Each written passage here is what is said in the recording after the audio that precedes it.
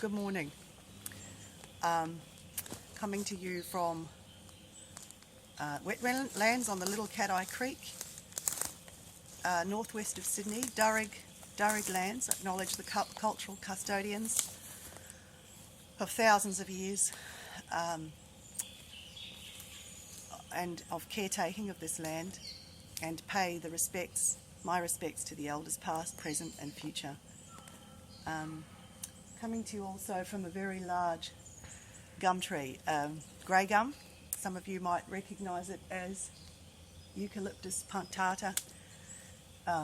Habitat tree way up there. There's galah nests and various other nests and raucuses that go on up there. Beautiful tree. An ecologist friend of mine has dated this tree at about between 200 and 350 years old. She says it's the largest grey gum Eucalyptus punctata she's ever seen. So, love this tree. My name's Karen Coons-Valiantis. I'm an ecotherapist and an eco-art therapist, but it kind of blends into one these days. Nature comes into everything in my work. Just looking at a bronze-winged pigeon alighted over there. If we weren't on tripod, I could show you. So it's with great gratitude that I am a part of this symposium, this Nature and Health Symposium, which for me, it's the first real, or of this size, coming together of nature-based therapy. Perhaps I've missed it, perhaps I haven't been paying attention, and perhaps there has been other opportunities, but this one is the first one that's come across my experience, and I'm thrilled to be here. I feel it's time. I feel nature-based therapies have a lot to offer the world at the moment. In Australia here, post-fires and during the COVID juggernaut pandemic, we have a lot of authentic, meaningful, meaning-making, healing, evidence-based, research-based, therapeutic interventions that have a lot to offer at the moment. And so coming together to be strong and strengthen our position to be able to advocate, get funding and position ourselves in the health landscape, I absolutely think it's time. I have seen opportunities opening up for this sort of thing, and I'll talk a little bit about that. That really excite me. And so between us, with our commonalities, nature being our main commonality, and our complementary ways of working together, between us we have something for everybody at the moment. I really believe that. So it's brilliant to be a part of this. Thank you to the organisers, the Australian Bush Adventure Therapy. Good on you guys. It's brilliant. Okay. I also suffer from eco-anxiety. I'll just let you know that. And during the fires, it was pretty chronic. Glenn Albrecht, some of you might know his work, an eco-philosopher, academic from, I think it's Murdoch University. He takes us into the psychoteric, a term that he used, psychoteric terrain, which is between, it's a beautiful dewdrop. I don't know if you saw that coming down on my head from the tree. Thank you. It's the terrain between our health, and then a relationship between the psyche. Another word for that is the soul, and our biophysical environment. So he has got some brilliant terms in there that he is coining. He believes the need for these is quicker than the dictionary, so he's evolving the dictionary. But I also suffer from terra fury, one of his terms, which is an extreme anger unleashed in those who can clearly see the self-destructive tendencies in the current society and feel they must act or protest. So in some ways, ecotherapy is part of the action and the protesting that I feel in my terra fury. He also coined the term solastalgia, which some of you will be familiar with and some of you know. It's kind of this persistent grieving and around when our environment changes. So that can be moving from homelands, leaving homelands, but it can also be when the environment is destroyed around us and we grieve that. Things change. And so can be intense, our solastalgia. I think Glenn has even coined a term for the pandemic, but I have to look that one up. Okay. So ecotherapy is applied ecopsychology. And ecopsychology is an established and establishing wave, if you like, of psychology. Said to have begun around in the 70s when ecologists and psychologists got together and hoped to strengthen their position to stop the destruction of the earth. And Andy Fisher, who writes a book called Radical Ecopsychology, he talks about he calls ecopsychology the project of ecopsychology. He refers to it as a project, which is interesting.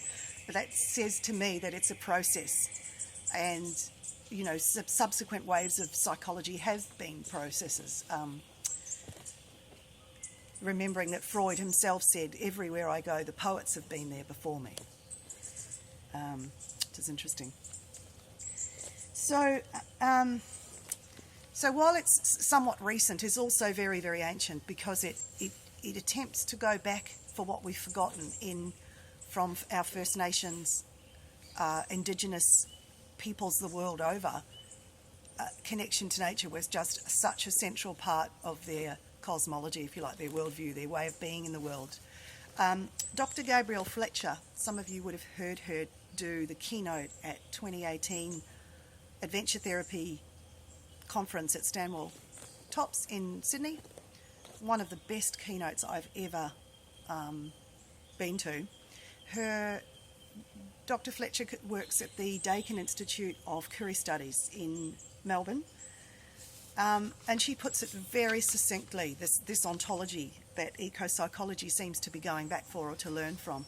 Country is both sentient and sapient, intelligent and responsive, and this underpins the relational and the reciprocity that Dr. Fletcher was talking about, but in Indigenous ontology or ways of being in the world and why.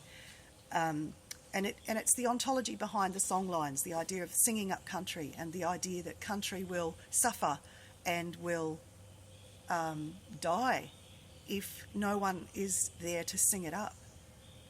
Profound and extraordinary beauty behind the idea of songlines. So ecopsychology leans heavily at times on this ancient way of being with nature in the world.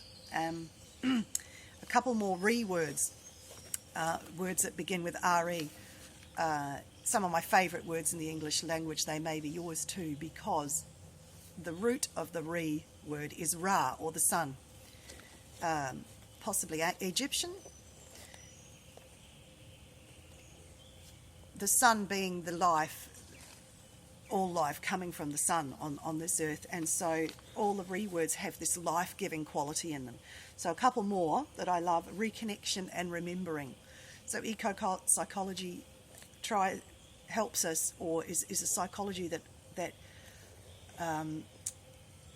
assists us remembering who we are and our place in the world, and a reconnection, or going back for what we have lost or forgotten. So ecotherapy is also underpinned by a very strong research base. The research base at the moment, or the evidence base, is rapid. I don't know about you, but I hardly go a day without some article either in the news or in an academic paper that is exploring and researching and giving us the benefits of humans in nature and with nature. So we know, these things we know. This is 5 things that go up when we're in nature and 5 things that go down. I'm just going to give you a quick overview, but these things we can prove scientifically, research, and so the first thing that goes up, and if we weren't in a video situation, I would ask the audience, and I'm sure you would be able to tell me and yell out to me some of these things, but empathy. Turns out that's a brain chemistry. A chemical in our brain. Empathy goes up. Our creativity actually goes up. This is closely related to our sense of awe, or our sense of something bigger than ourselves, which is a beautiful thing, and it relates beautifully, deeply to our creativity. Vitality goes up. Our sense of connection to life, our Zoe, that's the Greek word for life, our joie de vivre, I think that's French, serotonin goes up. Some of you who work in the soil and horticultural therapy, therapeutic horticulture, absolutely are across this research that was just brilliant too. It's kind of like we knew it all along that being in the dirt was good for you. Or our nans knew, or our mums when they locked us out and said, don't come in till dinner time, But turns out, especially when we're touching in connection with dirt and earth, particularly earth that's been composted, so had microbial activity, our immune response that's triggered is a byproduct of serotonin. It's just brilliant. So serotonin, of course, is our happiness hormone, our feel-good hormone, and people with persistent depression and anxiety make very low levels of this. So serotonin, we want this guy. We want this. Our parasympathetic nervous system, which is our relaxed nervous system, or our when it goes into relaxation mode, it makes oxytocin or dopamine, and these go up. They go up when we're in nature, which is marvelous. These are also in demand. These chemicals or hormone relaxation responses. Yeah. So that's 5 things that go up, 5 things that go down. I'm sure you could tell me straight away. Our blood pressure, down. Our heart rate, down. Our obsessive thoughts begin to settle. Yay! The train track. We all know the train track. Inflammation goes down. This is particularly connected when we connect with earth and touch earth. So getting your shoes off, something about the magnetic field in the earth, and they can measure this, and aligning with that, and the inflammation begins to reduce in our bodies. And also our stress response, so those nasty hormones that we don't really want too much of, which are cortisol and adrenaline, which lead to anxiety. They have us on running our engine running higher. Okay, so on this evidence base, an ecotherapist or ecotherapy, how does it work? So an ecotherapist would design and facilitate experiences / interventions / immersions / activations. Insert another few words there, I'm sure. Working with, in and with nature intentionally as co-therapist. And that's also a term from Dr. Gabrielle Fletcher. She talked about when we're working in nature or in country or in the environment, nature is not just a passive sort of bystander, but it's an active role as co-therapist. And ecotherapy engages this very intentionally, very purposefully, and and aims to work with this. And we often use very creative ways. So, art, earth art is one way, making art out in nature. So there's no rubbish, there's no waste. The wind can blow it away. There's a letting go in that, a non-attachment, which is beautiful. Working with leaves and bark and various twigs, whatever you find around you. There's a profound psychology in working with found items as well, of engaging the unconscious. This can be very powerful. Items become, or objects that you find become symbols for self, metaphors for story, for other stories, for a new story. Very powerful working with just making some earth art. where you are with what you find. Ecotherapy engages the ecological imagination, and that's a term coined by Theodore Rosenjak, who was part of the first wave of eco-psychology. In the 90s he wrote a book. Oh, I've just forgotten what it's called, sorry.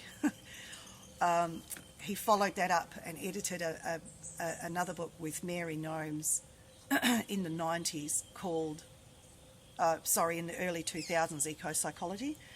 But he talked about the ecological imagination, so engaging that can be a subtle but very powerful way of working. Deep ecology calls that the eco-self. So Arne Næss, a Norwegian, I believe in the 70s, also coined the term eco-self from the deep ecology movement. So the ecotherapy I work with is in groups. I largely work in groups. I do work in groups. All of my work's in groups. And in different settings, so they can be clinical mental health setting. I've just been working with dementia in a community garden from a neighbourhood centre. Has engaged me to do that. I've worked with youth at risk, teens, young people in the out-of-home care and fostering environment as well. And you're going to hear from a couple of those girls. We're going to be working with them in their house plants, and you're going to meet them. If you've got counselling, psychology or therapy training, and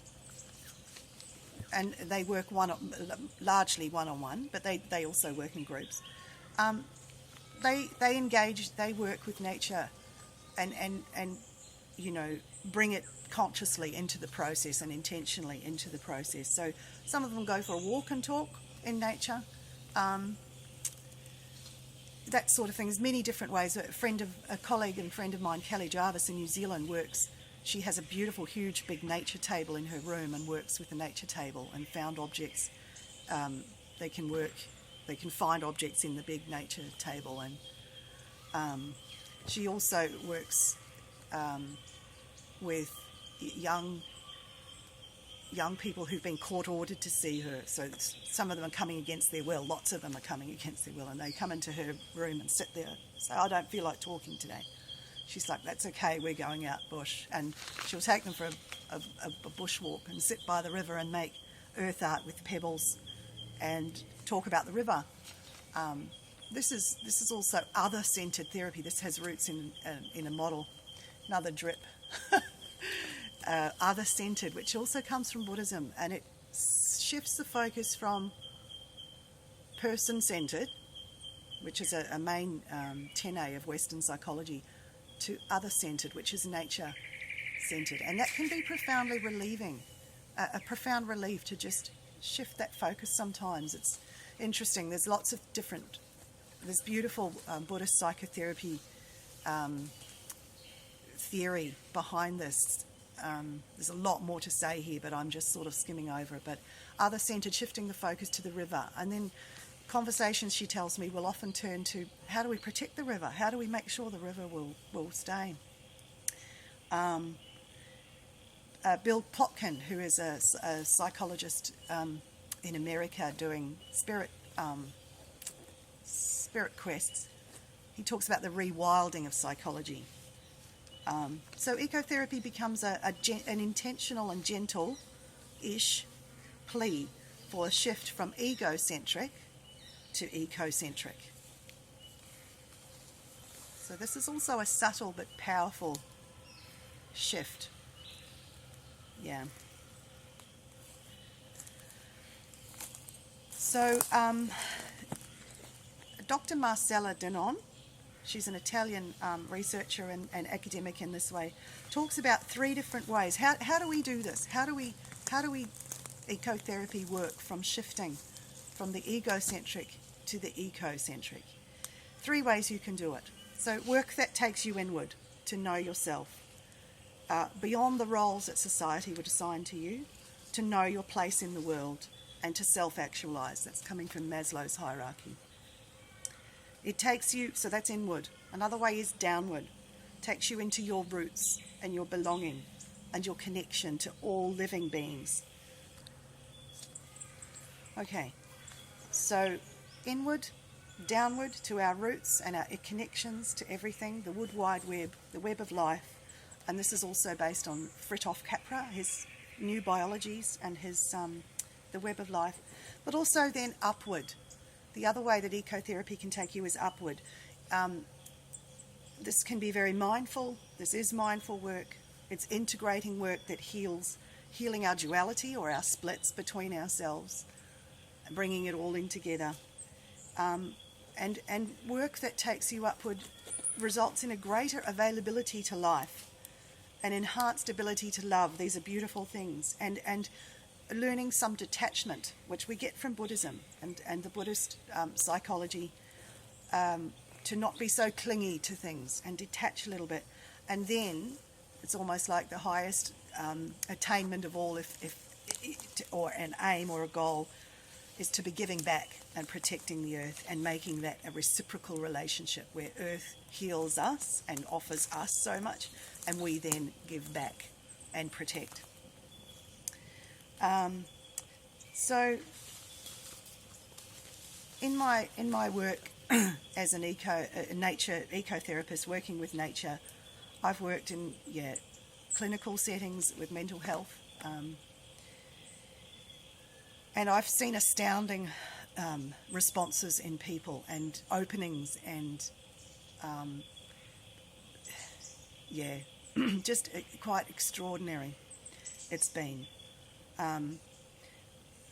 Along with my colleague Karen Gray and Virginia Field, who we wrote Nature Heals with, an introduction to nature-based therapy in Australia and New Zealand, we conducted our own research across 1,000 clients in this group, who we asked on a scale. It was quite simple research, but we just asked about their mood at the beginning and after a session in nature.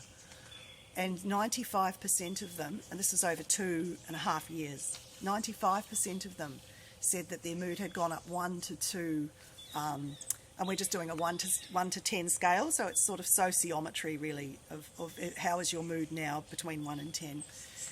95% went up at least between 1 and 2 points, which is sometimes, which is as good as their medication. Anecdotally, it correlates with what they tell us that their medication does for their mood.